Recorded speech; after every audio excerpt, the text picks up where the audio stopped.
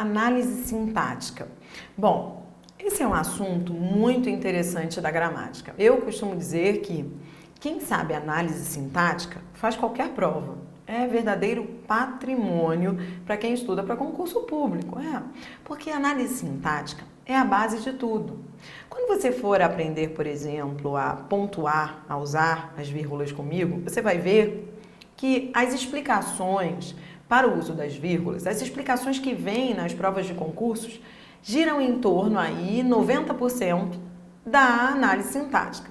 Então, quando você, por exemplo, aprender a justificar determinadas vírgulas, você vai dizer, as vírgulas foram utilizadas porque há um aposto explicativo, por exemplo.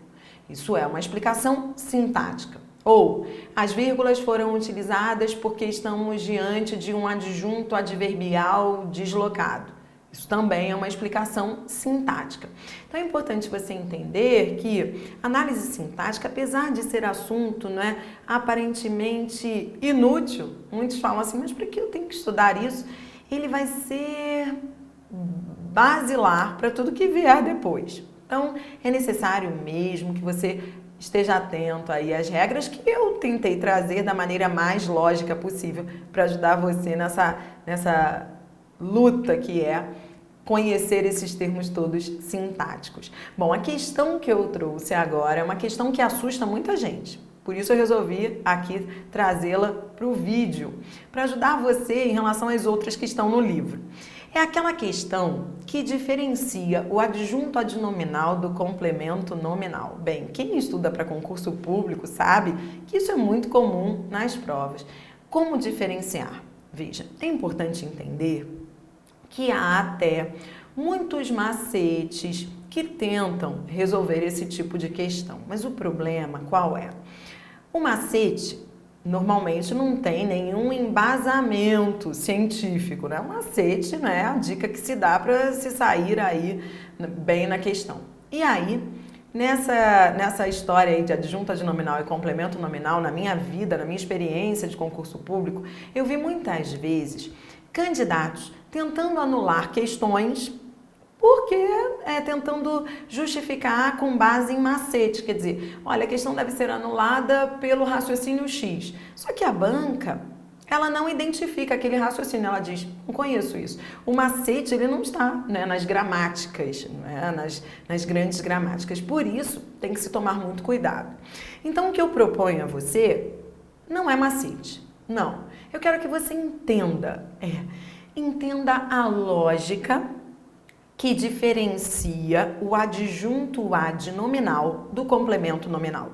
Isso está nas grandes gramáticas, portanto, isso é suporte para você fazer qualquer questão, é garantia mesmo de sucesso. Entenda o seguinte, a diferença entre o adjunto adnominal e o complemento nominal é semântica. Como assim semântica?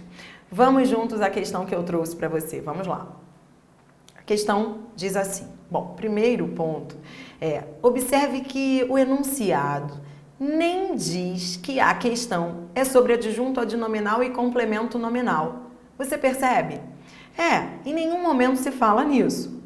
O enunciado diz apenas a alternativa em que o elemento sublinhado indica o agente e não o paciente do termo anterior. Bem, o primeiro ponto que eu quero destacar esse tipo de enunciado também é enunciado que quer saber se é adjunto adnominal ou complemento nominal. Só que é um enunciado semântico. Bom, há pouco eu disse a você que a diferença entre o adjunto adnominal e o complemento nominal é semântica. Como assim? Está aqui no enunciado.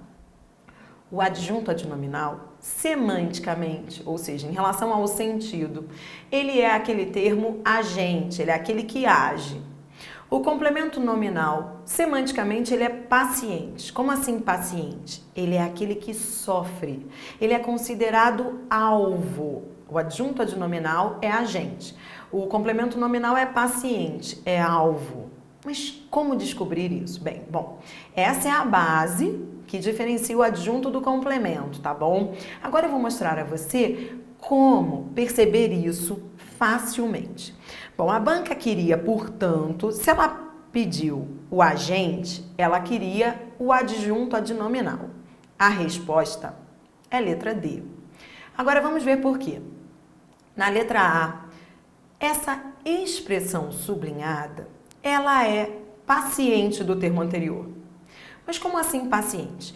Uma boa dica é a de você transformar o substantivo a que essa expressão se refere. Então, olha, de qualquer um deles, a expressão não está se referindo ao substantivo utilização. Então, qual é a dica? É você transformar esse substantivo em verbo. Verbalize o substantivo. Quando você transforma em verbo, é fácil ver se essa expressão age ou sofre. Então, veja, a utilização de qualquer um deles, quer dizer, utilizar qualquer um deles. Qualquer um deles será utilizado. Quando eu transformo em verbo, será utilizado, é utilizado, eu percebo que eu transformei em voz passiva, que a ideia é passiva e que, portanto, esse termo é paciente. E se é paciente, é complemento nominal. Entendeu o raciocínio? Vou fazer isso de novo com a letra B. Veja, essa expressão que está grifada, ela se refere ao substantivo queima. Então vá, transforme queima em verbo. Então vamos lá. O petróleo, ele queima ou ele é queimado? O petróleo é queimado. Viu o que aconteceu? Eu transformei em voz passiva e com isso eu identifiquei o valor passivo, o valor paciente dessa expressão grifada. É por isso que do petróleo é complemento nominal. Como a banca queria o agente, não era mesmo a letra B. Veja, letra C. A expressão grifada se refere ao substantivo inundação, não é mesmo? Tá, vamos lá. Vamos tentar transformar inundação em verbo. As áreas, elas inundam ou elas são inundadas? Elas são inundadas, não é mesmo?